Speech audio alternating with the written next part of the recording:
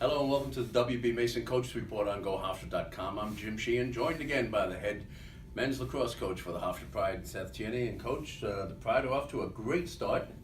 A 4-3 win over number 13 Lehigh. And you're looking at me when I said great. A win is a win, and Hofstra is 1 for 1 right now. Yeah, no, certainly good. Excuse me, good to come home with a win. They're a very experienced team. They're very good. They were well coached, and really liked some of the things that we saw. It wasn't the typical shot clock, high scoring, shootout. But again, those guys in the locker room downstairs, they found a way to win. And these days in Division I, a win is a valuable thing, and it certainly beats the alternative. Now, a lot of people asked me yesterday, 4-3. I said, yeah, but it was 74 shots were taken. Yeah. And the goalies were outstanding. Look, goalies played well. Both defenses, I thought, really did a nice job. Again, it was a little chilly. It was a little windy. That field area. It's literally in an open area, and the wind's blowing. Again, both teams have to play in it. And it's that time of the year. February lacrosse is February lacrosse.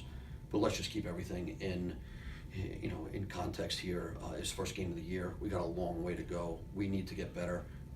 But we were obviously not happy with the film. The film gets worse as you watch it. Always, every game. But we'll get back at it. And again, the goal of the day is just to get a little bit better than we were Saturday. 3 players get their first collective goals on Saturday, and Ryan Tierney gets a game-tying goal at 3-3, a big fourth quarter for the Pride.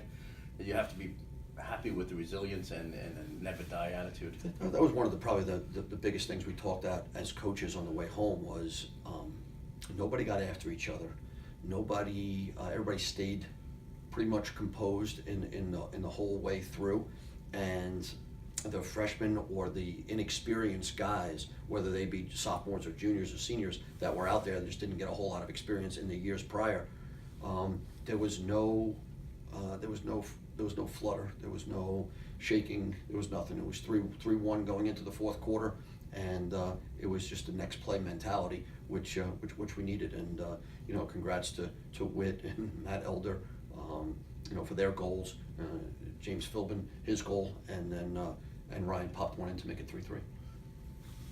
Talking about the youngsters, and Bobby Casey making his first collegiate start in goal, 14 saves, some really spectacular saves. Yeah, no, we don't walk out of there without a win without Bobby Casey. And again, it's one of those things where he played really well. He got a chance to really see the first one and make a save, and that's invaluable when you can make your first one. It's you just get off to that good shot, a good start, and he bailed us out a bunch. We had some, when we watched the film and we spoke to Coach Gorman, who had a great first day as in a game as a defensive coordinator, only allowing up 3 goals, and but there was some breakdowns, and that's where Bobby bailed us out, and that's the sign of a team to come. Is when there's a breakdown somewhere, someone else picks the slack up. Hopefully, we're a little bit better defensively, so Bobby doesn't need to make those spectacular saves. James Philbin getting his first extended run. He played a number of games last year. The goal and assist, and obviously a big assist at the end of the game. No, huge. Again, at halftime, Coach Brazel and I spoke before we went in to speak to the team, and we discussed how Lehigh was playing us and what halftime adjustments need to be made to make it harder on Lehigh's defense. Make them think about who we're going to cover with who, and go from there. So we made an adjustment, and it took a little while, and then really, like you said, the goalies had saves. Some of the shot selection we weren't thrilled about, but we started to just chip away at it. And again, their defense is very good. And that's an experienced team right there. Oh yeah. The Mountain Hawks will do some damage this year, no doubt. No question. All right, game 1 is in the past. Right. Game 2 for the home opener this Saturday, February 16th at James M. Stewart Stadium, 1 o'clock against the new Utah Utes. Yeah, so the With only Brian Holman as the coach. The only discrepancy in your stats is this is game one, and we're going to take a game one mentality. And this 14 game ones. This is 14 game ones, and we're on game one this week. And Coach Holman is he was my coach when I was at Hopkins. I got a chance to coach Marcus Holman, his assistant, his son, with Team USA this summer, and they had called. They're starting a new program, but don't fall for the window dressing here. This is not a new program. They've been at the top of the club level for many years. They've got a couple transfers in that are playing for them, and this team needs to be prepared for. The approach needs to be correct. Otherwise, it will not be a good ending. They got their first win this weekend versus Mercer, and it was a pretty convincing win. And watching that film, they are together. They are very well coached. They have a plan. They follow the plan.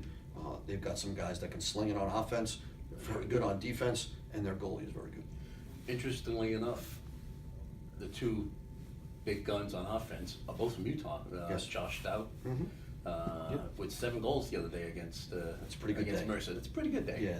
And he had 4 the first game against Vermont. So Have 7 and 4. It's he's certainly a very talented player. We're getting familiar with their personnel now. Obviously, last week was all hands on deck with Lehigh, and now today is an us day. We just got to get Hofstra better today, and then Tuesday, Wednesday, Thursday, Friday, we'll start with implementing the game plan and moving forward. And your other Utah stud is Aaron Feldman, He's very good. who had 3 goals against Mercer. He's very good. The goalie, as you mentioned, Liam Donnelly from Yorktown Heights. I'm sure you probably saw him in some circles. Recruited him. He actually went to Rutgers and transferred out there, and so he's not very tall, but he's very good. Left-handed. We haven't seen a left-handed goalie yet this year, and it'll be another new challenge for us. So again, Lehigh is in the past, and we're on to Utah. Okay, well, good luck this weekend. And Hofstra and Utah this coming Saturday, February 16th at 1 p.m. at James M. Stewart Stadium. Tickets are available online at hofstratickets.com, at the Hofstra ticket office in the David S. Mack Sports and Exhibition Complex during normal business hours, as well as on game day at James M. Stewart Stadium. And if I can just give a quick shout out, good luck to our basketball team this weekend. I know they got a big weekend coming up. They're playing great. Good luck to those guys. Hate to end the show prematurely, but we have the face-off dinner on Friday night. We do. How are the numbers there? Normally we have it before the first game, but with the first game being on the road, we're going to do it this Friday, and it looks like we're north of 120 people going to be there on Friday night in the University Club. A good way to celebrate the beginning of the season, and we're certainly thankful for all the support that comes our way here at Hofstra. A great night for the Hofstra lacrosse program. If you haven't made your reservations, please do. It's a fun night, and good luck once again, and we'll talk to you next week. Okay. And thank you for watching the WB Mason Coaches Report on GoHofstra.com.